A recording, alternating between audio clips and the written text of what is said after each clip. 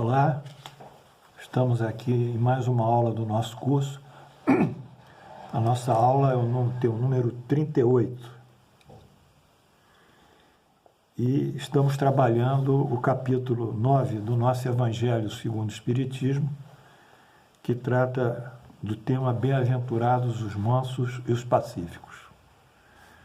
Gostaria de pedir aqui a todos que queiram se corresponder comigo para entrarem no meu e-mail adjanita.doutrinaespírita@gmail.com. Também se inscreverem para receberem os avisos. As apostilas que eu estou fazendo, elas estão tendo algum tipo de trabalho em relação à minha dificuldade de trabalhar com PowerPoint e alguns recursos gráficos. Mas eu espero vencer isso e trazê-las no momento oportuno. Não esqueci, não. Eu queria agradecer também a intervenção do Alto. Ontem eu pedi pela senhora Maria Beatriz Furtado Bassan, na rua Irmão Afonso 20, 201, Uberaba. E o Alto parece que atendeu, e de fato atendeu, e deram uma grande melhora no seu quadro respiratório. Já está clinicamente assintomática. Que Deus abençoe essa senhora lá em Uberaba.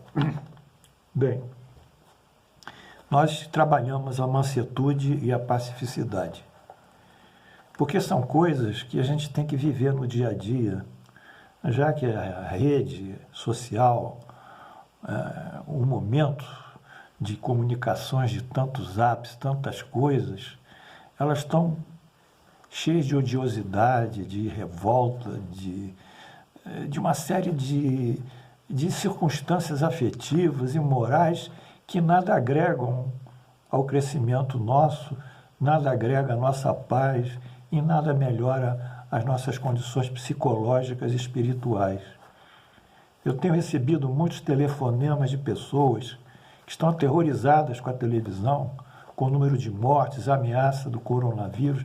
Algumas estão em estado de pânico, achando que amanhã serão contaminadas pelo coronavírus.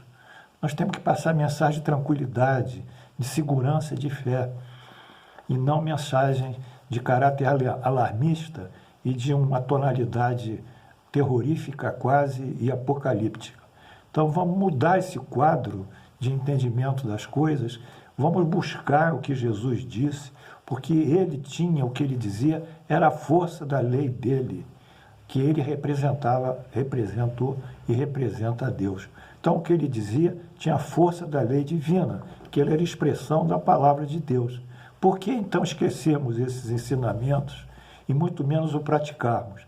Vamos entender que é no clima hoje desse confinamento que nós temos que nos dobrar nesses aspectos virtuosos que Jesus nos ensinou. E o ponto de hoje, recapitulando um pouquinho o que foi dito ontem, ele fala dos mansos, que são pessoas de índole bondosa, brandas, suaves, amorosas, afáveis. Temos que ser isso, né? E fala dos pacíficos, que são esses amantes da paz e os promotores da união. É isso que nós precisamos na nossa convivência diária. E no ponto de hoje, Allan Kardec cita Mateus 5, 21, 22, que é um texto que constitui a antítese da brandura e da pacificidade. Vamos ver aqui o que Kardec diz. Olha, Mateus. Aprendeste o que foi dito aos antigos: não matarás,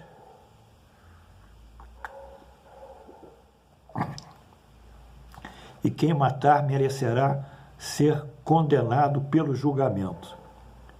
Que aquele que disser raca ao seu irmão merecerá ser condenado pelo conselho, e aquele que disser és louco merecerá ser condenado no fogo do inferno. Vamos interpretar um pouquinho. Disser raca a seu irmão. O que é raca? Raca é um termo injurioso de origem aramaica que os judeus já usavam.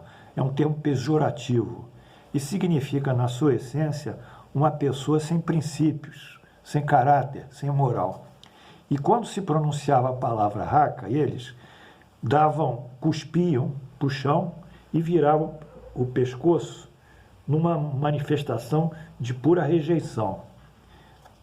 Enfim, era um termo pejorativo que tinha até esse componente gestual, né? De cuspir e virar o pescoço. Era algo crítico, odioso. E também, quando Jesus diz que se disser és louco, ora, louco vai ser condenado, aquele que disser louco será condenado ao fogo do inferno. Porque também nós não podemos chamar a pessoa de louco, ofendê-la, né? Tirar dela o juízo que Deus lhe deu. Então, nós vimos na aula anterior que o fogo, ele traz o simbolismo da purificação.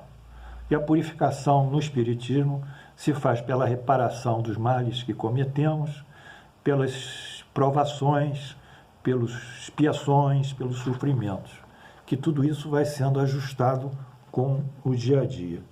Então o fogo ele tem essa base de depurar o espírito do indivíduo. Enquanto entre os antigos a água tinha o condão do nascimento, da vida, daí o batismo, porque na antiguidade acreditava-se que toda a origem da vida tinha vindo da água. Então, dentro desse contexto, quando se ofende alguém falando essa palavra raca, cuspindo para o lado, girando a cabeça, ou diz você é um louco, com um ódio, travando aqui as cordas vocais, deixando elas tensas, isso é uma palavra ofensiva. E qualquer ofensa que façamos ao próximo é um sentimento contrário ao quê? À lei do amor e da caridade.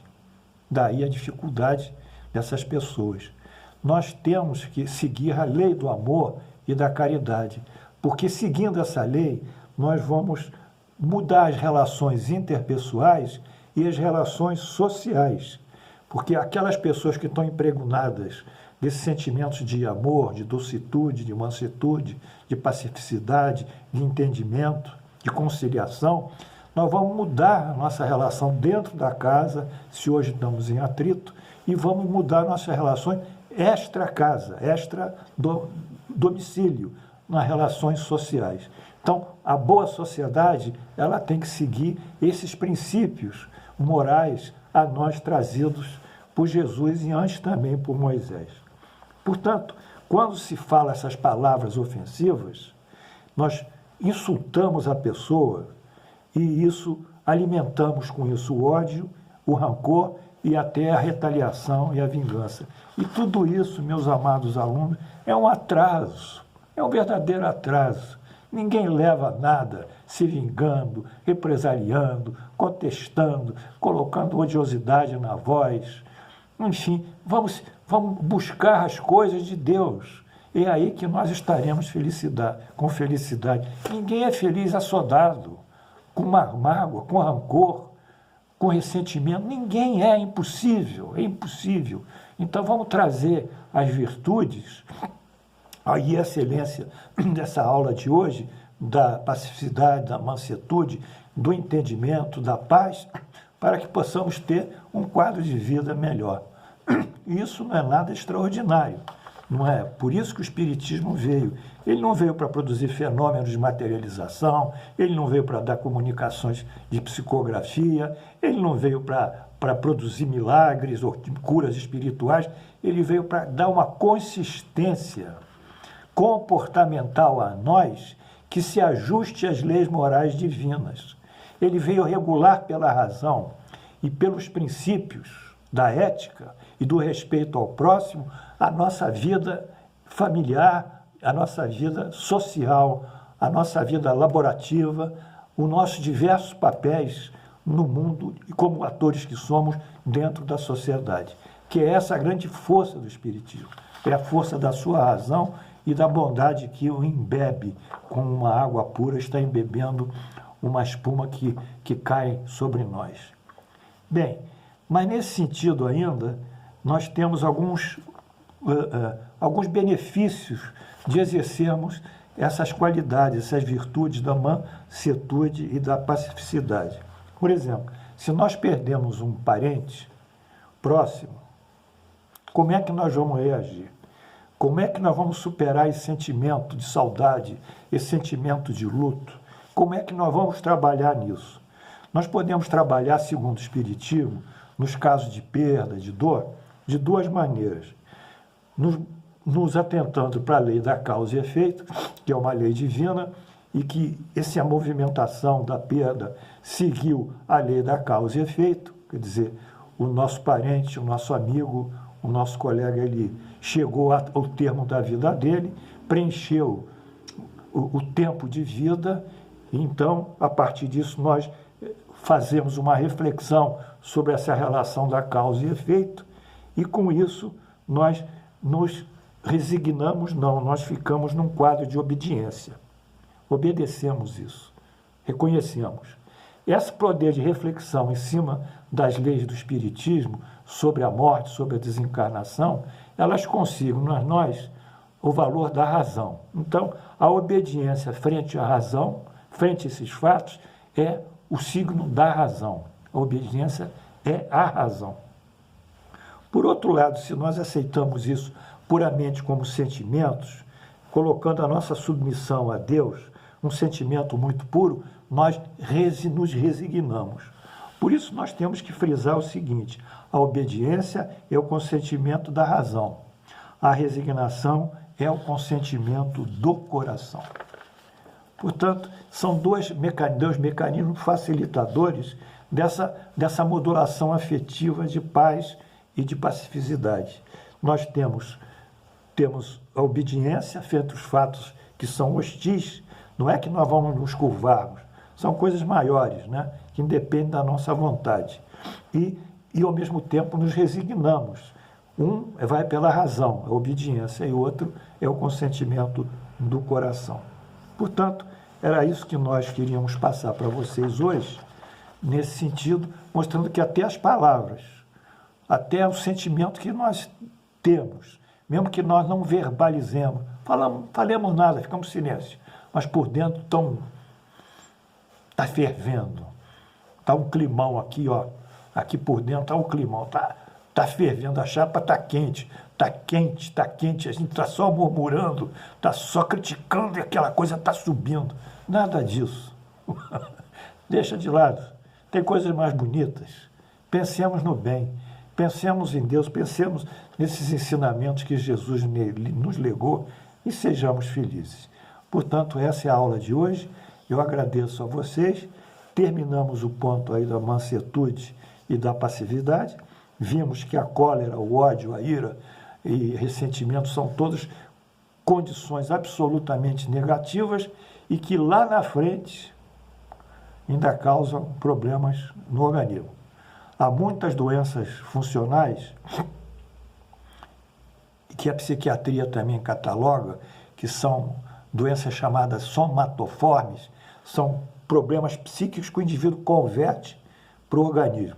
Então, às vezes, o sujeito se aborrece tanto que ele cria um mal-estar no estômago, ele gera uma inflamação no estômago, no intestino, e passa mal.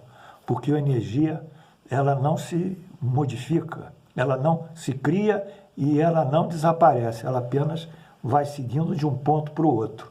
E essa energia mental da frustração e da odiosidade, ela joga dentro de nós e prejudica até a nossa saúde. Sejamos pacíficos, sejamos amorosos, sejamos afáveis, sejamos doces igual essas flores.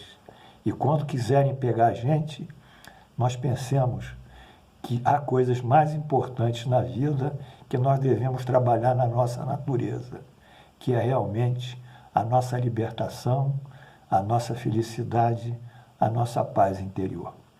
Boa noite.